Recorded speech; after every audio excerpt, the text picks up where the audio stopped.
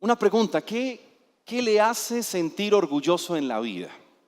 ¿O qué le ha hecho en algunos momentos de su vida sentirse orgulloso? Usted dice, esto me hace sentir orgulloso. Se escuchará personas que se sienten muy orgullosas de ser muy poderosos, de tener mucho poder, poder político, poder económico. Otros se sienten orgullosos de su fama, de ser tan conocidos en el mundo.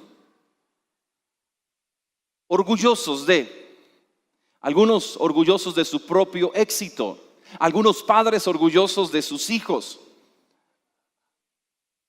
Algunos celebran el orgullo gay, otros celebran el orgullo friki. El domingo pasado teníamos un pastor que dice que es muy friki, ¿recuerdan? Y resulta que hay un día en que se celebra el orgullo friki. Así que si quieres saber qué es eso, le invito para que vaya y lea un poquito después. El orgullo de nuestros padres, el orgullo de haber terminado una carrera, una especialización, el orgullo de posicionarse donde usted soñó algún día poderse posicionar. Tantos motivos, algunos legítimos, otros no tan legítimos, que producen en nosotros orgullo.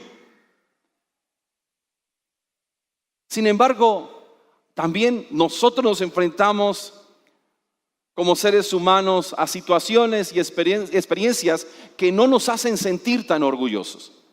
Algunos capítulos de la vida que no nos hacen sentir tan orgullosos.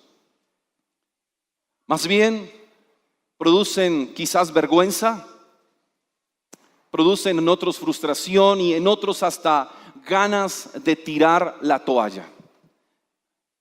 No nos producen ningún tipo de orgullo. Sin embargo, en la Biblia hay un motivo muy peculiar de alguien haberse sentido orgulloso, bien particular. Y quiero que miremos en la carta a los Corintios, cuando Pablo escribe a esta comunidad en el capítulo 12, y en sus primeros 10 versículos, él va a hablar de un orgullo muy particular. Cuando dice él, nada se gana con hablar bien de uno mismo, pero tengo que hacerlo, dice él. Así que ahora les voy a contar las visiones que tuve y lo que el Señor Jesucristo me dio a conocer. Conozco a un hombre que cree en Cristo y que hace 14 años fue llevado a lo más alto del cielo. No sé si fue llevado vivo o si se trata de una visión espiritual, solo Dios lo sabe. Lo que sé es que ese hombre fue llevado al paraíso y que allí escuchó cosas tan secretas que a ninguna persona le está permitido decirlas. Yo podría estar orgulloso de conocer a una persona así, pero no de mí mismo, pues yo solo puedo hablar de mis debilidades. Claro que hablar bien de mí no sería una locura porque estaría diciendo la verdad, pero no lo voy a hacer porque no quiero que solo por las cosas que hago o digo, por las cosas maravillosas que Dios me ha mostrado, alguien piense que soy más importante de lo que en realidad soy. Por eso, para que no me llene de orgullo, padezco de algo muy grave. Es así como que si Satanás me clavara una espina en el cuerpo para hacerme sufrir. 3 veces le he pedido al Señor que me quite este sufrimiento, pero Dios me ha contestado a mi oración. Dios responde a oraciones y esta es una respuesta también particular. Dios me ha contestado: mi amor es todo lo que necesitas. Mi poder se muestra en la debilidad. Por eso prefiero sentirme orgulloso de mi debilidad, para que el poder de Cristo se muestre en mí. Me alegro de ser débil, me alegro de ser insultado y perseguido, me alegro de tener necesidades y dificultades por ser fiel a Cristo, pues lo que me hace fuerte es reconocer que soy débil. ¿De qué se siente orgulloso Pablo? Orgulloso de su debilidad. Y así he titulado la predicación de esta mañana: orgulloso de mi debilidad. Y el contexto en el que Pablo hace esta afirmación es a la comunidad de Corinto, una comunidad de fortachones, de fanfarrones, una comunidad que no reconocen su debilidad. Es una comunidad que se sienten tan fuertes porque en ellos y a través de ellos fluyen todos los dones espirituales. Así que en esa comunidad podría hacerse una competencia de quién hablaba en lenguas, y había gente impresionante a la hora de desarrollar su don de lenguas, o de ir a imponer las manos sobre alguien para que se sanara, y se sanaba. Así que eso parecía de ver dónde hay un enfermo para ir a ponerle la mano encima, para demostrar el poder que había en ellos. La profecía, eso había voces proféticas por todo lado. Y ellos se sentían tan espirituales y verse fluir en esos dones espirituales les era tan espectacular. Pero al mismo tiempo también en esa comunidad había quienes podrían fanfarronear por su situación económica. Y querían mostrar su capacidad económica, querían mostrar su posición social. Ellos querían mostrarle al pobre lo pobre que era. Por eso, aun cuando se reunían en el contexto de la cena del Señor y de la comunión, dice que quienes tenían recursos financieros preparaban sus grandes cenas, es decir, seguramente iban y preparaban una comida a la carta, pero se tenían que sentar luego al lado de alguien que no tenía ni para comerse la carta del vecino, sino que todo lo contrario, de pronto llevaría, no sé, un par de huevos, una rodaja de pan, quizás un vaso de agua. Pero ellos están mostrando lo fuertes que son en su economía al mostrar sus platos en la cena. La capacidad que tenían para tomarse unos buenos vinos y terminar emborrachándose, aún dentro del mismo contexto de la comunión. Algunos fanfarroneaban de su propio conocimiento y consideraban que seguían al mejor líder de la iglesia. Así que tenían a unos que decían, yo me voy con Pablo. Para mí Pablo el mejor. Otro decía, no, para mí Cefas. Para mí Cefas predica excelente. El otro decía, la verdad, me quedo con Apolos. Entonces cada uno quería mostrar cómo su predicador preferido era el mejor de la iglesia. Y en ese contexto es que Pablo tiene que entrar a decirles, oíganme, sé que ustedes se sienten muy orgullosos y de todo lo que pueden fanfarronear, de lo que tienen. Pero él dice, yo también tengo mucho de qué fanfarronear. Yo también tengo mucho de qué jactarme. Es más, si ustedes necesitan que me jacte, dice él, pues yo me voy a jactar. Porque cuando uno lee la carta y la primera carta, uno se da cuenta que para ellos tienen un cierto desprecio hacia él, que ha sido el fundador de esa iglesia, quien trabajó en esa comunidad, y ellos empiezan a tener una actitud de desprecio hacia él. De repente, ahora ellos saben más que el mismo apóstol Pablo, pero él viene y les dice, sí, yo el apóstol soy débil. Quizás ustedes no sean débiles, pero él dice, pero yo sí soy débil, yo sí soy muy débil. Y ellos podrían decir, tú el apóstol, el pastor, el fundador de tantas congregaciones, ¿de verdad tú dices que eres débil? ¿Eres capaz de decir públicamente que tú eres débil? Por favor, por favor. Y él dice, miren, yo tengo de qué vanagloriarme. Y él decía, capítulos anteriores, él les escribe acerca de todo lo que él ha sufrido.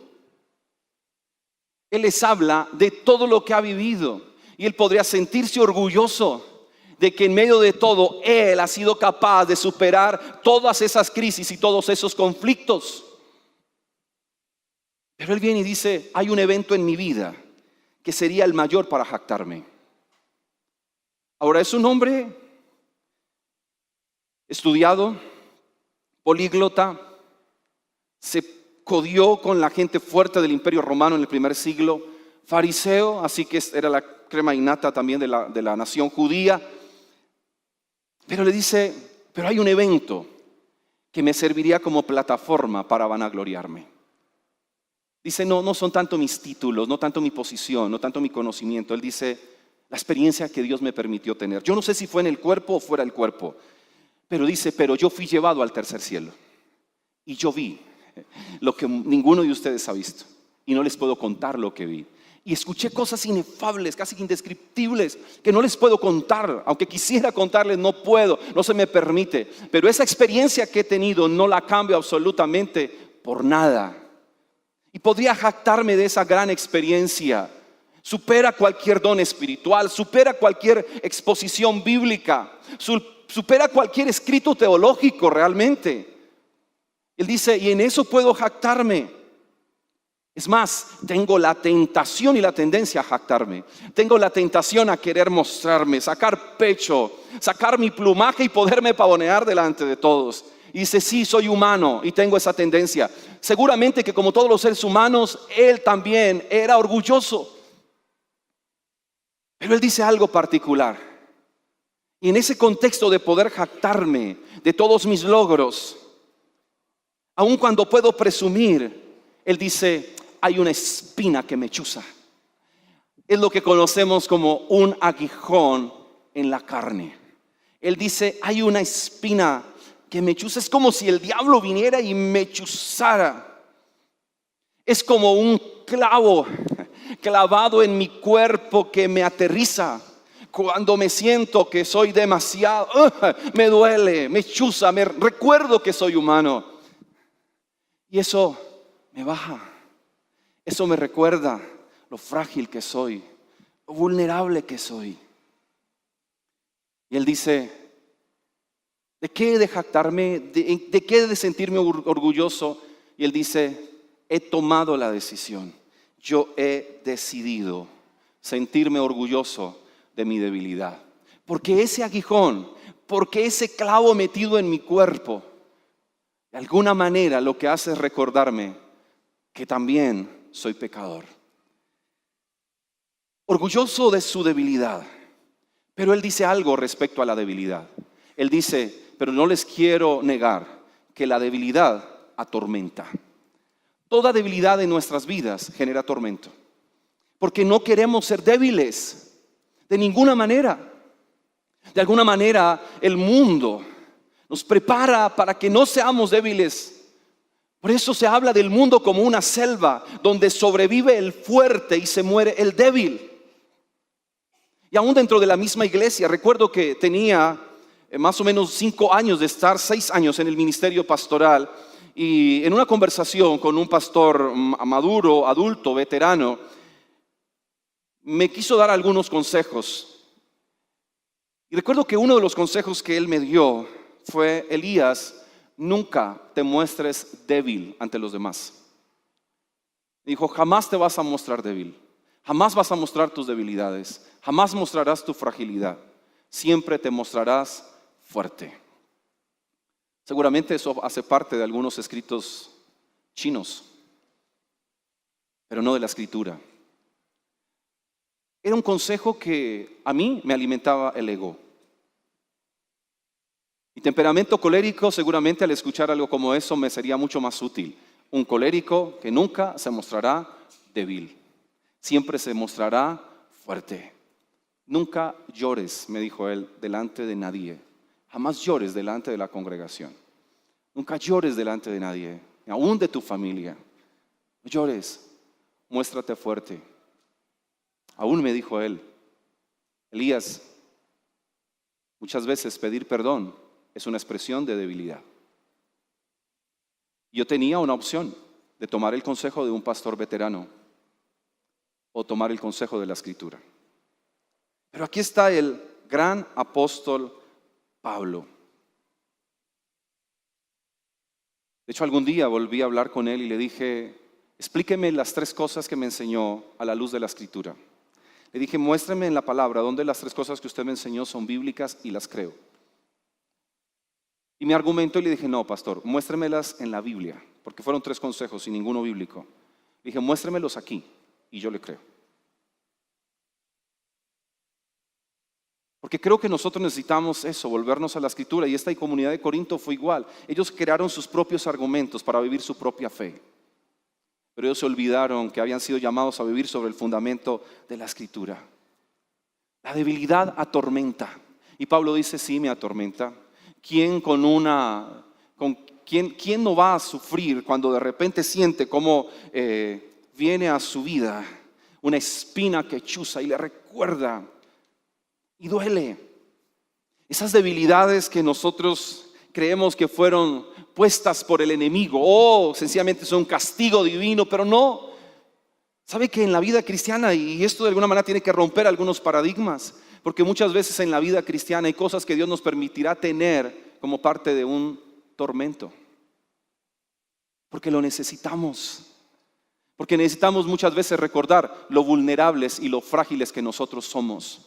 Porque necesitamos recordarnos a nosotros mismos lo humanos que somos. Y aquí está el gran apóstol diciendo, sí, tengo una debilidad que me atormenta. Ahora quisiera preguntarle si hay alguien aquí que tiene una debilidad que le atormenta. O solo yo tengo una debilidad que me atormenta. A ver, alguien que conmigo diga, yo también tengo una debilidad que me atormenta. ¿Sabe qué es lo bello? Que aquí esa debilidad que a él lo atormenta, aunque algunas escuelas teológicas dicen esa era una debilidad física, y hacen algún tipo de argumento para considerar que era algo clínico. Hay otra escuela teológica que he escuchado que dice que su aguijón en la carne tenía que ver con su sexualidad. Otros dicen que su aguijón en la carne tenía que ver con su familia. Otros dicen que tiene que ver con su mundo emocional. Algunos dicen que Pablo era depresivo y cada uno que era una persona muy enferma. Pero saben que lo bello del texto es que no nos dicen cuál era su aguijón. No nos dicen si era una enfermedad, qué era. Y él dice, y yo he orado a Dios que me la quite porque me atormenta y no quiero que esté conmigo. 3 veces le he pedido, por favor, quítame esto. Y él me ha dicho que no me la va a quitar, que voy a vivir con esto y que voy a morir con esto. Pero me ha dicho que me ama y que su gracia es suficiente para mí, pero que me la va a dejar ahí. Y no quiero de ninguna manera ser desesperanzador. El evangelio no es desesperanza. Pero pienso que hay momentos en la vida donde usted y yo tenemos que entender que por alguna razón o circunstancia, que seguramente lo entenderemos después, hay algunas heridas que Él no permitirá que cierren.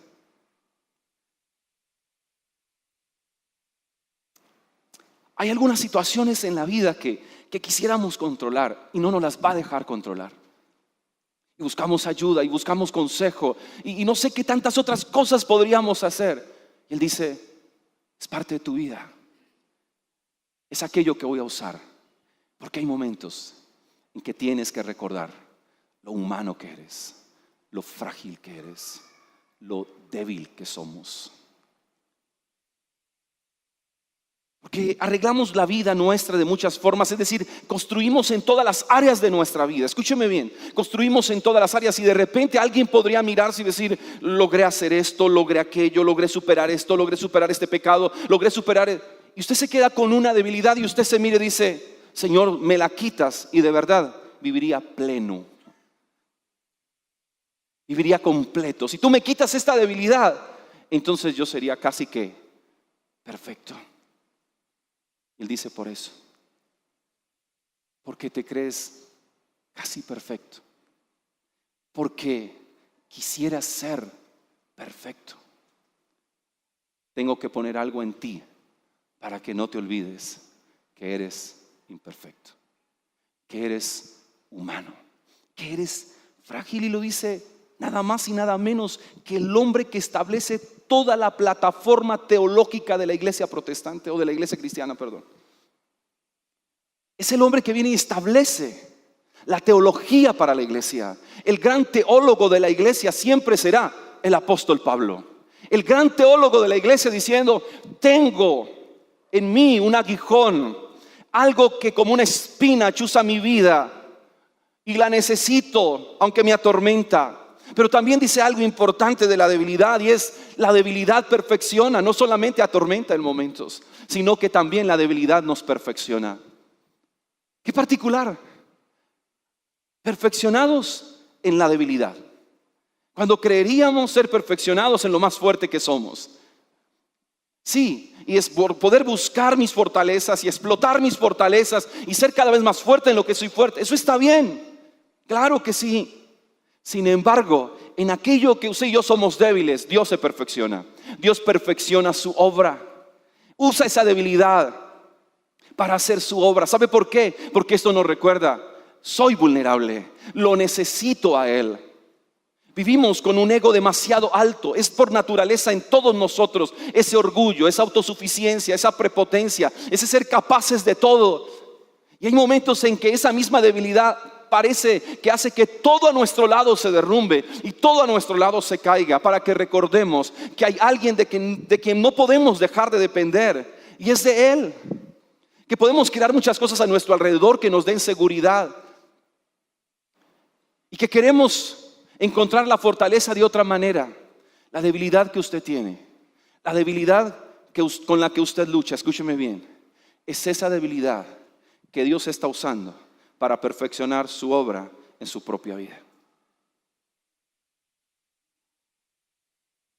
El gran asunto es que no todos tenemos la misma debilidad, pero sí para todos está la misma palabra, que en medio de nuestra debilidad podemos bastarnos de la gloria del Señor.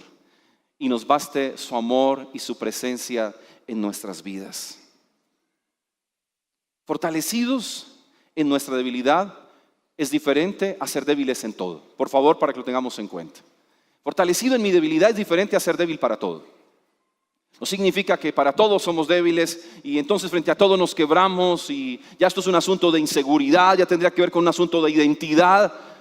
Estoy hablando de ese asunto serio con el que usted ha lidiado y trabajado por toda su vida, que Pablo le puso nombre: aguijón en la carne.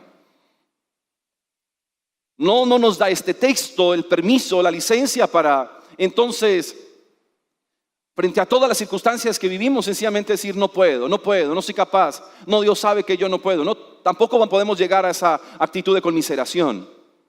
No es el objetivo. Pero lo que sí podemos ver es que la debilidad hace permanecer en nosotros el poder de Cristo. Escúchelo bien. La debilidad hace permanecer en nosotros el poder de Cristo. No se trata de quién se muestra más fuerte, sino quien puede ir a Él y exhibirse tan débil como es. Así funciona. Cuando Él mismo por su Evangelio y su Espíritu Santo nos va llevando a reconocer nuestra maldad, nuestra iniquidad, nuestra perversión, nuestra fragilidad. Cómo usted mismo se asombra de sus propios pensamientos, cómo usted se asombra de sus propios deseos, cómo usted de repente tiene que encarar sus propias motivaciones, intereses ocultos. Y usted dice: Señor, yo necesito que tú obres en mi vida, que el poder de Dios se opere dentro de mí. Pero para que el Espíritu Santo obre en nuestras vidas, necesitamos mostrarnos ante Él tan frágiles como somos. No podemos llegar ante Él con nuestra posición, no podemos llegar a Él con todos nuestros éxitos, no podemos tratar de descrestar a Dios con todas nuestras credenciales o todos los capítulos de nuestra vida en los cuales lo único que hay es éxito, éxito, éxito, éxito. Recuerde que lo que a los seres humanos nos impresiona, a Dios no le impresiona. Lo que a nosotros los seres humanos nos descresta, a Dios no lo descresta. Escúchelo bien. A nosotros los seres humanos hay tantas cosas en el marco humano que nos pueden asombrar tanto, pero hay algo que al Señor no lo asombra, pero escúcheme bien, le cautiva su corazón. Y es cuando alguien se acerca a Él con un corazón contrito y humillado. Cuando alguien llega con un corazón sensible para decirle: yo te necesito, Señor. Y sé que solo cuando puedo reconocer mi necesidad, yo puedo dejar que el poder de Cristo obre en mi vida. Muchas veces quisiéramos que Él hiciera tanto, pero impedimos que lo haga, porque olvidamos que nuestra debilidad hace permanecer en nosotros el poder de Cristo, para que el poder de Cristo se muestre a través de mí. Por eso tenemos que entender que nuestras debilidades no son para alejarnos de Dios. Esa debilidad que usted tiene no es para alejarle de Dios. Todo lo contrario, esa debilidad lo que hace es llevarle a usted a ser más dependiente de Dios. Sí, porque esa debilidad, cuando de alguna manera nos vamos olvidando, viene y chuza de nuevo. Y eso nos lleva a ir y rendirnos de Él y decir: dependo de ti. Podría darnos ira y decir: ¿por qué? ¿Por qué yo? ¿Por qué me tocó lidiar con esto? Cualquier debilidad con la que el ser humano tenga que lidiar es compleja y es difícil. No hay una más difícil que la otra. Son difíciles, son complicadas, pero todas nos llevan al mismo propósito: depender del Señor. Depender del Señor. Pero nosotros como iglesia tenemos que de alguna manera romper esos paradigmas, esos esquemas mentales en los que nosotros vamos cayendo, en el cual parece que el sistema religioso nos obliga a mostrarnos siempre fuertes. Vivimos en un mundo donde tiene que mostrarse siempre fuerte. Vamos, no llores, sécate tus lágrimas y sigue adelante. Sí, está bien, pero la Biblia dice que hay tiempo para todo también.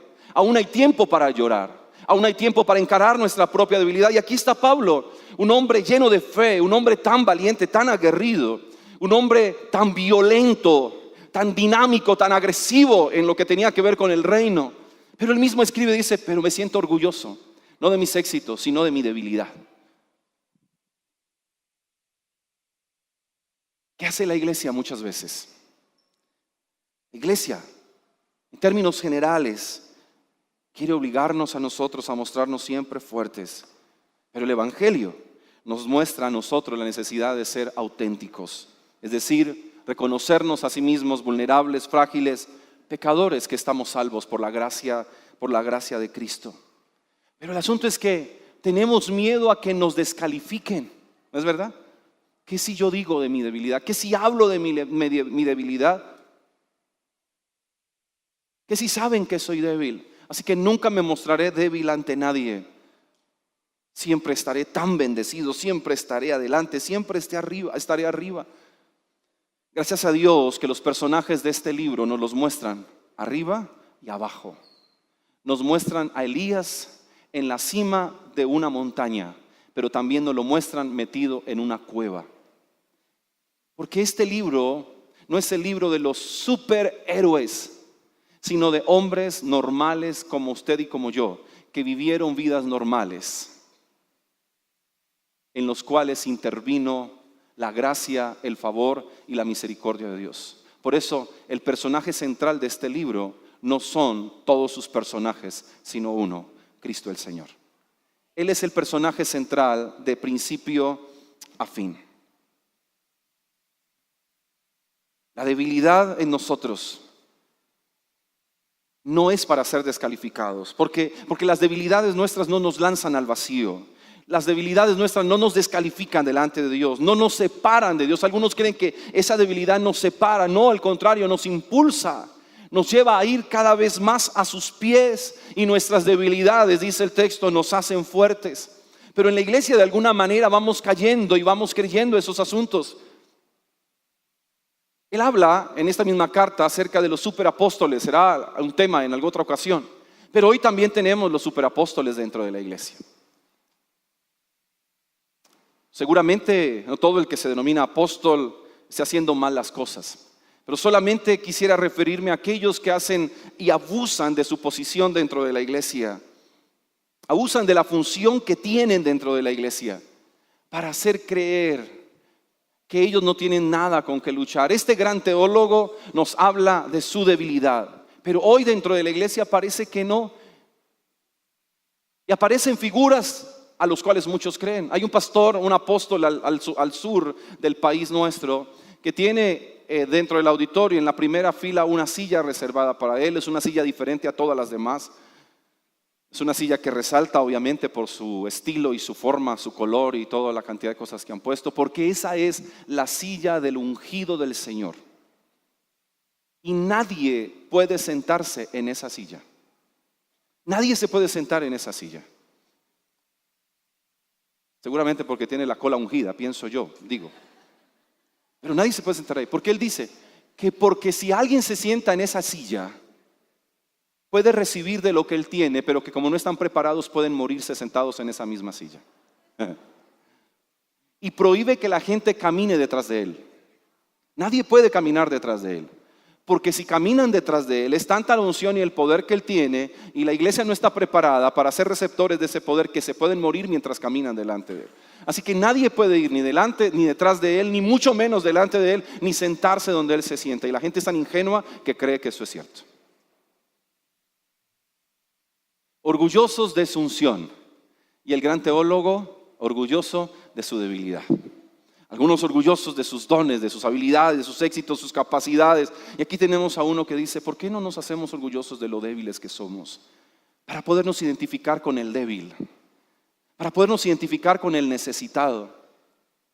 Cristo vino, dejó su trono de gloria, se hizo menor que los ángeles y vino para servir, no para ser servido. Vino para solidarizarse con nosotros y vivir en nuestra condición, saber cómo se vive en este cuerpo. Y ahora de alguna manera nosotros parece que vamos entendiendo el evangelio desde otra perspectiva. Por eso algunos dicen: no, lo mejor es no verme ni calificarme a sí mismo débil. Escuche, el problema no es ser débil. El problema es querer alejarnos de Dios porque somos débiles. No es problema ser débil, es cuando usted quiere alejarse porque es débil. Porque algunos dicen: no, yo solamente estaría con Dios cuando yo sea muy fuerte. Algunos dicen: cuando yo logre superar ciertas cosas, entonces buscaré al Señor. No es que soy tan débil, no soy digno. El problema no es ser débil, es querer alejarnos de Dios porque somos débiles. Y Pablo no se aleja de Dios por ser débil, por el contrario, la debilidad lo acerca mucho más al Señor. No podemos pretender estar en Dios cuando seamos lo suficientemente fuertes. Ahora, yo quiero hacer una salvedad. Orgulloso de mi debilidad no es igual a sentirme orgulloso de mi pecado. Son dos cosas muy distintas. Orgulloso de mi debilidad no es igual a sentirme orgulloso de mi pecado. Porque una cosa es la debilidad que viene de alguna manera como una tentación para hacerle pecar. Y ahí la debilidad no es pecaminosa. Así que no estamos haciendo una defensa del pecado. Porque sentirnos, Pablo siente orgulloso de su debilidad, porque esa debilidad le ha permitido conocer más a Dios y hacerse más fuerte en Dios y recibir mucho más de Dios. Lo ha hecho mucho más sensible a la voz del Señor. Le ha permitido conocer mucho más a Dios en su propia vida. Eso lo ha forzado a ser tan dependiente de Dios. ¿Cuál será nuestra debilidad? ¿En qué área de nuestra vida? Puede ser ese diagnóstico clínico irreversible. Y hemos orado que nos sane y no nos sana. ¿Cuál es ese aguijón? Será nuestro propio orgullo, nuestra propia soberbia, la altanería de nuestro corazón, la autosuficiencia de nuestro corazón. Eso con lo que luchamos. ¿Cuál será nuestra debilidad? Su envidia. Usted no quiere, pero usted termina envidiando lo que otros tienen y queriendo tener lo que otros tienen. ¿Cuál es su debilidad? La avaricia. Nunca está contento con lo que tiene. Siempre quiere más y más y más y más. ¿Cuál es esa debilidad? Puede ser problemas en su identidad. Puede ser un asunto de inseguridad. ¿Cuál es esa debilidad? Puede ser un asunto en su carácter, un asunto en su sexualidad. ¿Cuál es esa debilidad? Que usted debería hoy venir y decir: Señor, que lo que antes me avergonzaba, ahora me haga sentir orgulloso delante de ti. Para entender si el que está a su lado es débil. Lo puede mirar un momento. Si el que está a su lado es débil, escúchelo bien. ¿Cómo vamos a señalarle, a criticarle? Y hemos leído esta frase y la hemos dicho muchas veces. ¿Cómo entrar a señalar al otro, juzgar al otro porque peca diferente a nosotros? Algunos creemos que nuestros pecados son más benignos que los pecados del otro. No existen pecados benignos. No, es que la verdad mi pecado, Alex, la verdad mi pecado es más bueno que el suyo. No existe tal cosa. No hay pecados más buenos que otros. De alguna manera nosotros en el contexto religioso hacemos una escala de pecados. Escúcheme, no usamos el término pecados veniales y pecados capitales, no usamos esos términos. Pero de alguna manera sí consideramos que hay pecados pequeños, medianos y grandes. Y en la Escritura existe algo que se llama pecado. Y por eso cuando en la Escritura se habla de pecado, usted dice: bueno, la verdad, yo nunca he matado a nadie. No soy tan malo. Yo lo único que digo es mentiras. No más. Y la Biblia dice: los mentirosos y los homicidas no heredarán el reino de Dios. Quedan en la misma línea. Yo no me emborracho, no, yo nunca me emborracho, sé que es pecado. Yo solo murmuro, no más, me gusta murmurar. Y ahí mi chismecito de vez en cuando. Y dice: y los chismosos y los borrachos no heredarán el reino de Dios. Algún hombre dirá: no, yo afeminado no soy, yo homosexual no soy, yo me acuesto con todas las mujeres que sea, porque soy macho mero macho. Y el texto dice: ni los adúlteros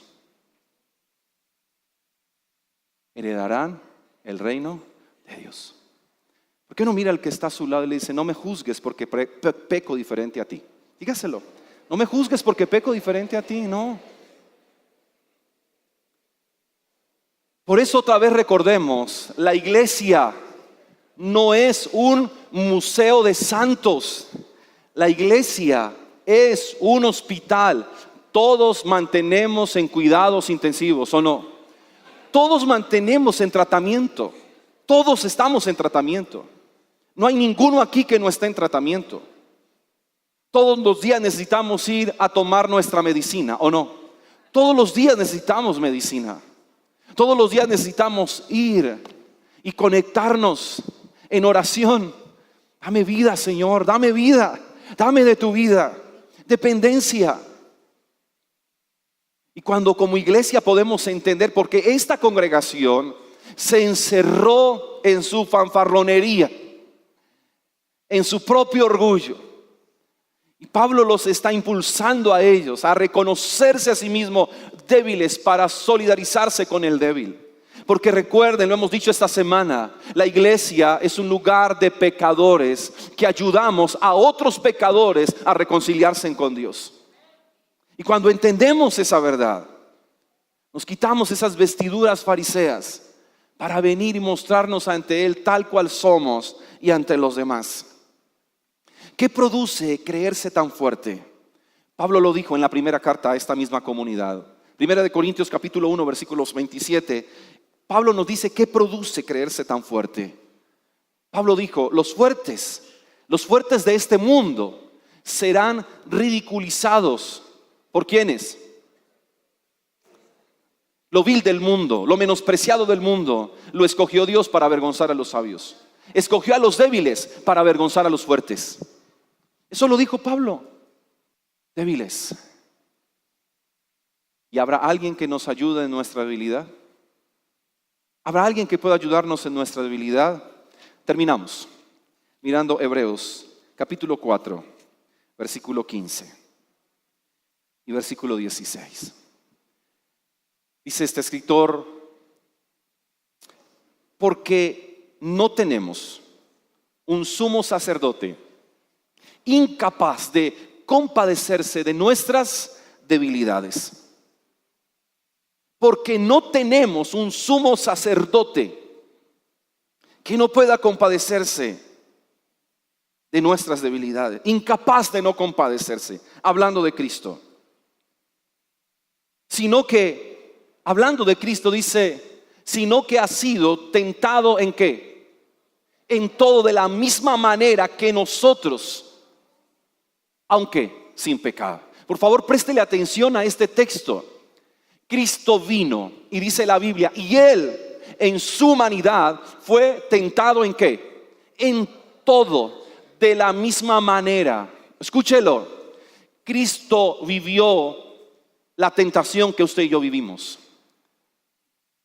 Él experimentó esa tentación, pero no cedió a ella. Escúchelo, y no cedió, y no pecó, pero se compadece de nosotros los pecadores. Su limpieza, su pureza nos es impartida a nosotros en medio de nuestra debilidad. Ese es el Cristo que adoramos, que nos comprende y sabe de nuestras debilidades. Escúchelo, y no solamente dice te entiendo, sino me compadezco, es decir, siento compasión. Y recuerden que es compasión. Compasión es ponerme al nivel. Cristo se puso a nuestro nivel y decir estoy a tu nivel, te entiendo.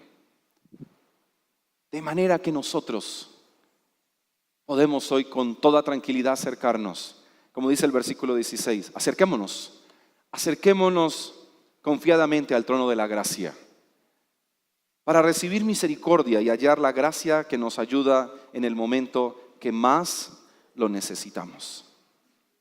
Nuestro deseo es que disfrutes ser parte de la iglesia y hacer de tu caminar con Jesús toda una aventura de fe.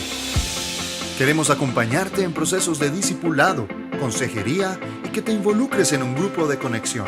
Aprenderás principios bíblicos para vivir una mejor vida, un mejor matrimonio y una nueva y fresca comunión con Dios. Encuentra personas como tú que quieren cada día profundizar en su relación con Jesús. Solo déjanos tus datos en el punto I para que pronto podamos contactarte.